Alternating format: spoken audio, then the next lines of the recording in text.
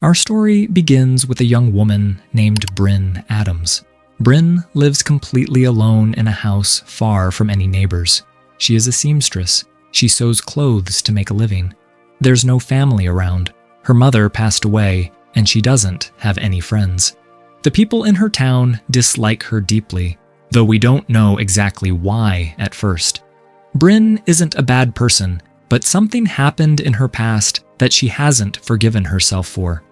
On an ordinary morning, Bryn is seen carefully packing some clothes. She needs to take a parcel to the post office that day. After finishing her chores, she prepares to leave. Before stepping out, she stops to admire a miniature model of her town that sits in her home. This tiny town model is very special to her. Bryn's mother started building it before she died, and Bryn has been completing it in her memory. A few small pieces are still missing, but she works on it with love. As she walks out into her yard, Bryn notices a strange circular mark on the lawn. It looks unnatural, and because Bryn is very careful about her home and garden, this worries her. However, she doesn't pay much attention since she's already running late. After quickly watering the plants, she leaves in her car. On her way to the town, we see how people treat her. Everyone avoids eye contact. No one wants to speak with her. Whenever Bryn passes by, people look at her with suspicion and coldness. She also avoids talking to anyone and prefers to stay in her own world. She stops at one point and tries to talk to a young man whom she secretly likes, but he completely ignores her, which hurts Bryn deeply. Disappointed, she continues on her way. After finishing at the post office, she visits her mother's grave. This shows us that Bryn doesn't like coming into town because people dislike her, and she feels like she has no one left. While heading back to her car, Bryn spots the town chief and his wife. Panicking, she hides behind her car so they don't see her. Soon after, at home, she writes a letter to her childhood friend, Maud. In this letter, she mentions seeing Maud's parents today, revealing to us that the town chief and his wife are Maud's parents. Bryn often writes letters to Maud, but never sends them. We learn why. Maud is no longer alive. 10 years ago, Maud died, and Bryn feels responsible for her death. Bryn still carries this guilt and has never forgiven herself.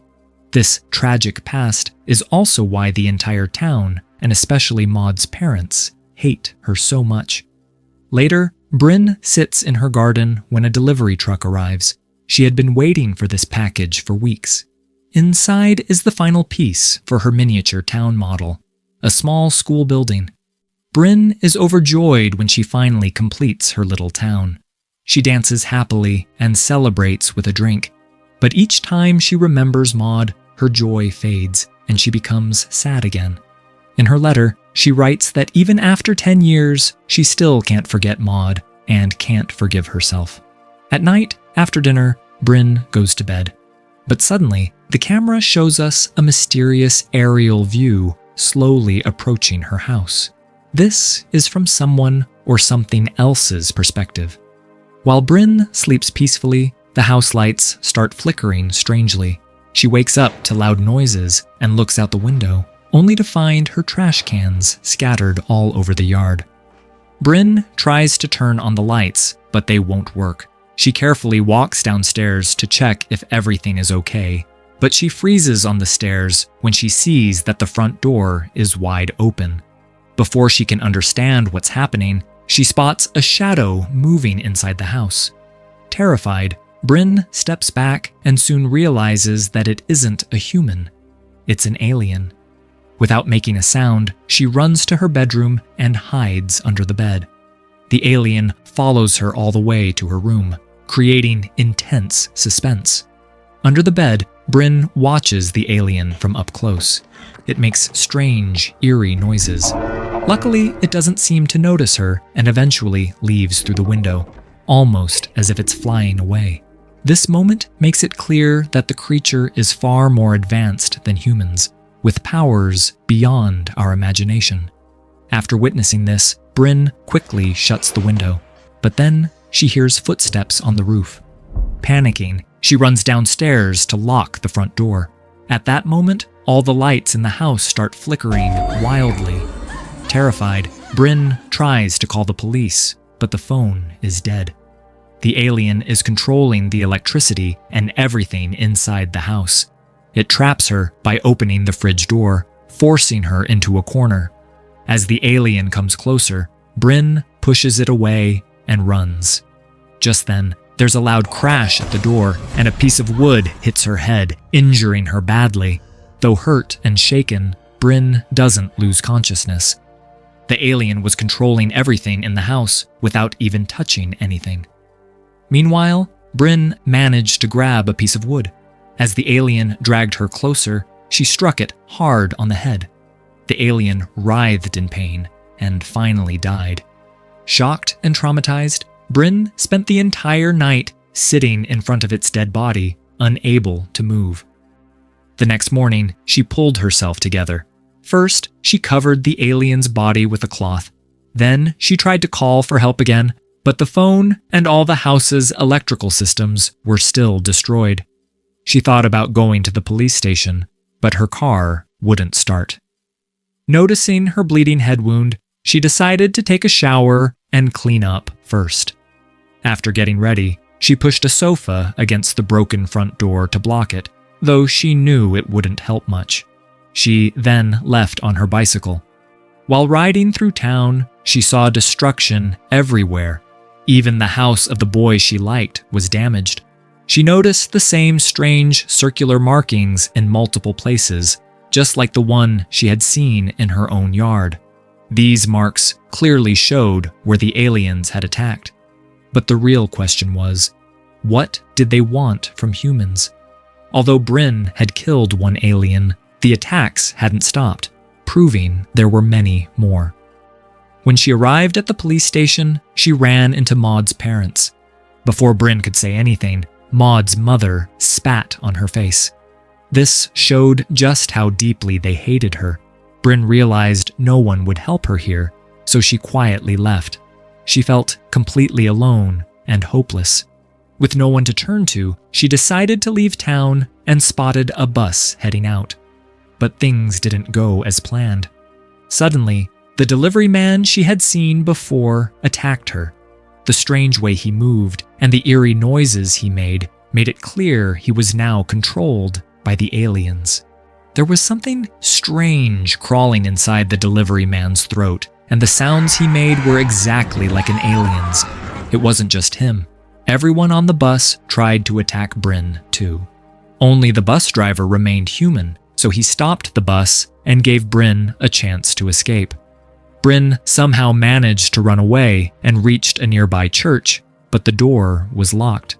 Next to the church was a graveyard, and she ran toward one particular grave, Maud's grave.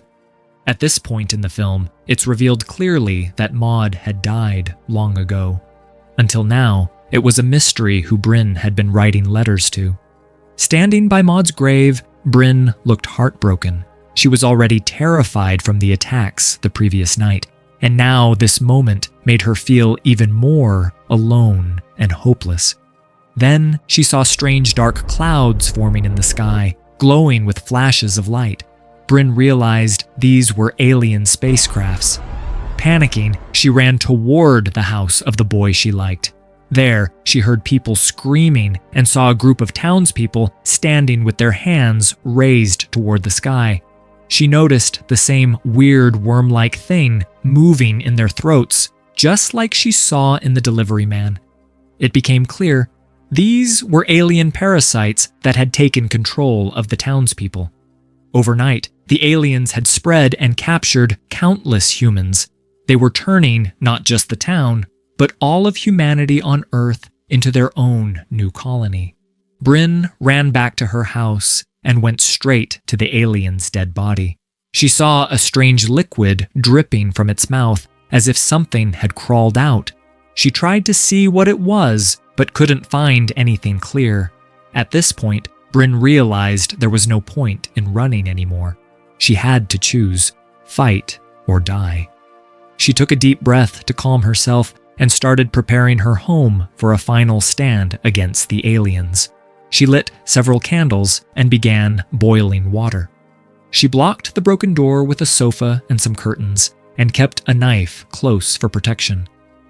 That night, the nails she had hammered into the curtains started coming out on their own, a clear sign the aliens were back. First, they lifted the dead alien's body into the air and dragged it outside. Meanwhile, Bryn hid in the basement as another alien entered her house. The alien chased Bryn downstairs. She attacked it with scissors, but the alien easily threw them aside using its powers. During the struggle, Bryn's hand touched old photos of her childhood and Maud. The alien grabbed the photos too, curiously examining them. Taking advantage of the distraction, Bryn ran. But suddenly, a smaller alien with long arms attacked her, blocking her escape. Bryn threw the boiling water at the alien. It didn't hurt the creature, but it gave her a chance to escape. She ran and locked herself inside the bathroom. However, the alien started breaking down the bathroom door. Bryn tried to escape through the window, but the alien grabbed her by the legs. She fought back fiercely, hitting it with a broom and then stabbing it in the shoulder with a broken stick, pinning it against the wall. She then slammed the cabinet door into its face repeatedly until the alien finally died. These aliens seemed incredibly tough. Maybe that's why they needed human bodies to survive. But Bryn wasn't safe yet. Another alien appeared, along with a man who was under alien control. The man grabbed her and dragged her outside. Bryn struggled hard, but couldn't free herself. The alien signaled to a spaceship above, and a bright beam of light shone down. Meant for Bryn. They wanted to take her because she had killed their companions and had become a serious threat. The controlled man tried to pull Bryn into the beam, but she kicked him away. He was sucked into the light instead, and since the beam was only meant for Bryn, the aliens quickly dropped him back to the ground halfway through. This clearly showed the aliens had come specifically to capture Bryn, who had now become a major problem for them. A huge alien now came forward to capture Bryn.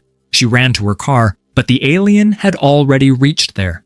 Using her quick thinking, Bryn trapped it inside the car and set it on fire. The alien screamed in pain and finally died. However, the bright beam from the spaceship was still chasing her. She managed to escape back to her house. Inside, another alien was already waiting, looking curiously at photos of Bryn and Maud. Bryn tried to attack this alien, but it was ready and threw her across the room. Suddenly, a strong red light filled the house, freezing her in place. She couldn't move at all. The alien approached and released a parasite from its mouth, the same kind they used to control humans. The parasite crawled into Bryn's mouth. Bryn then fell to the floor and found herself in what looked like a peaceful, normal version of her home.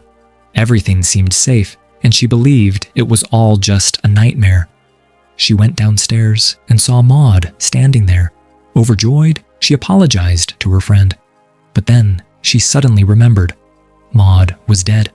Bryn realized that this was all an illusion created by the parasite to fully take over her mind. Determined, she forced her fingers into her throat and pulled the parasite out, rejecting its control completely. As soon as Bryn spit out the parasite, she snapped back to reality. She threw it far away, but then a light from above shone on it. In seconds, the parasite transformed into a new body, a clone that looked exactly like Bryn. These aliens were creating human-like clones using the parasites, and these copies carried all the original person's memories. The Bryn clone suddenly attacked her with a knife. Bryn grabbed the knife and managed to stab her clone back, killing it. Severely injured and too weak to escape, Bryn was pulled up into the alien spaceship. Inside, a group of aliens surrounded her. One alien placed a finger on her forehead and began reading her memories. Through this, we finally learn the truth. As children, Bryn and Maud had an argument, and in a moment of anger, Bryn hit Maud on the head with a rock. killing her instantly. Ever since, Bryn had never forgiven herself. She kept writing letters to Maud, asking for forgiveness, and struggled for years to move forward, but couldn't let go of her guilt. After seeing all her painful memories, the aliens understood Bryn's deep sorrow and regret. Instead of controlling her, they decided to let her go. They returned her to Earth without harming her. After this, Bryn finally forgave herself too. She started a new life in the town. Now everyone in the town was under alien control, but they all treated her kindly and accepted her. Even the boy she once liked was now by her side. To Bryn, it didn't matter anymore that these people weren't truly human. Her world was finally the way she always wanted, peaceful and welcoming. In the sky, we see many alien ships, showing that Earth was now completely taken over. And maybe Bryn was the last true human left. Just as she had always dreamed, her world had become exactly as she imagined at the start. This story is really about guilt and self-forgiveness. Bryn was trapped by her own past mistake, accidentally killing her best friend Maud. The aliens represent her inner demons and guilt that kept haunting her. In the end, when she finally accepts and forgives herself, she finds peace, even if the world around her has completely changed. It's less about aliens and more about how hard it is to forgive yourself and truly move on.